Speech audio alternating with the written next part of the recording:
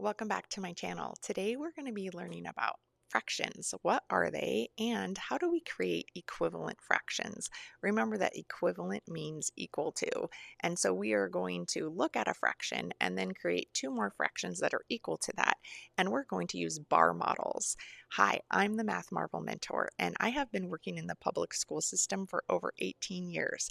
And I haven't just been in the classroom. Majority of my roles have been helping train teachers. I've worked as the district math coordinator for all of our middle schools, and I've also helped work for the state and at national levels with textbook writing and item map writing. And so a lot of what I see in learning is that we can't just learn how to do something. We also need to understand why we're doing what we're doing. And today with creating equivalent fractions, we are going to do just that with the bar models. It gives us that visual so that we can see why they're equivalent, and then we can also understand how we have to follow those steps to create those equivalent fractions. So we'll do a few problems together and then make sure you stick around till the end so you can try our bonus question. Let's go ahead and get into it. So what is a fraction anyway? A fraction is a part to whole comparison, and all proper fractions, which is what we're going to be dealing with, are greater than 0 but less than 1. So they live between 0 and 1 on the number line. And the numerator, the number on the top, is representing the part that you get. And the denominator on the bottom represents how many pieces are in a whole. Or I like to think they tell you the size of the slice. So for example, if my fraction is 3/4, you would get 3 out of the 4 slices. So the 4 is telling us that the pizza is cut into fourths or quarters. And so that would be the size of my slice would be a fourth. And then the part that you get is 3. You're going to get 3 out of the 4 slices of pizza. And we know that it's not the whole pizza, right? It's less than 1, but it's more than nothing, 0, right? You're getting 3 out of the 4 slices.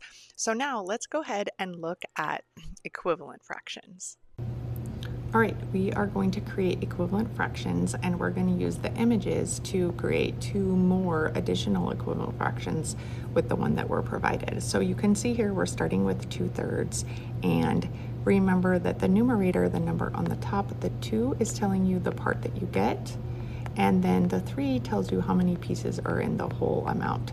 So we can see here that in this one whole entire bar, we have 3 sections, 1, 2, 3 sections. And then the part that you get is what's shaded in. You're getting 2 out of the 3 sections. And so how it works, how do we create an equivalent fraction? Quite simply, how we can do it is we take our original fraction, 2/3, and as long as we multiply the top and the bottom, the numerator and the denominator, by the same number, we will create an equivalent fraction. And you could quite literally pick any number you want. So I'm going to pick the number 2 to keep the math easy.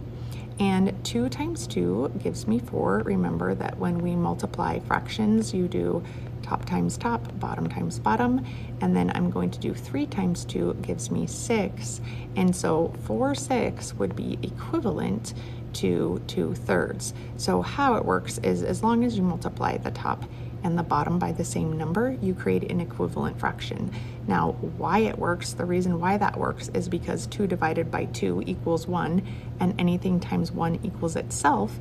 And now let's see why it works, why it's the same. We're going to have 6 sections in our whole bar, 1, 2, 3, 4, 5, 6, and then we are going to get 4 out of the 6 slices, or 4 out of the 6 pieces.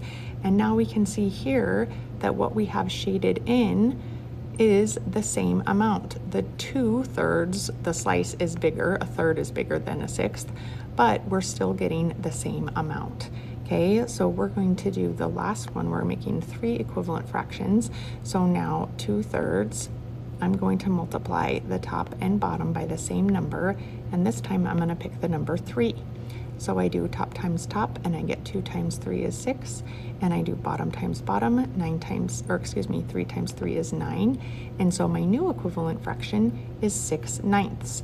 And we're going to see why it works. The reason why it works is I have 1, 2, 3, 4, 5, 6, 7, 8, 9 slices in the whole amount. So there's my denominator, and then I'm going to get 6 out of the 9 slices.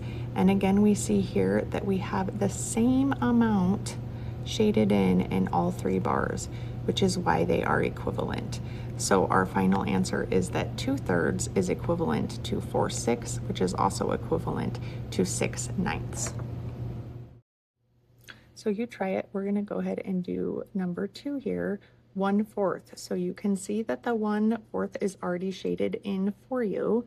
Okay, and when you go to check your work, you should be able to see that the same amount should be shaded in all 3 of the bars. So you're going to write 2 more equivalent fractions to 1/4. Make sure to leave your answers in the comment section below.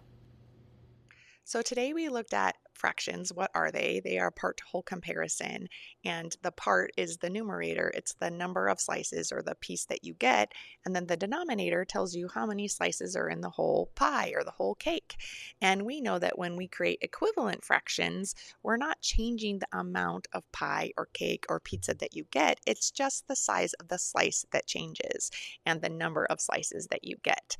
And so remember, the number of slices that you get is the numerator, and then the size of the slice is the denominator. And hopefully those bar models really helped to solidify that learning and give you that visual so that you can see why it works. Thanks for learning with me today. Make sure to like and subscribe to learn more about how math works and why it works. We'll see you on the next lesson.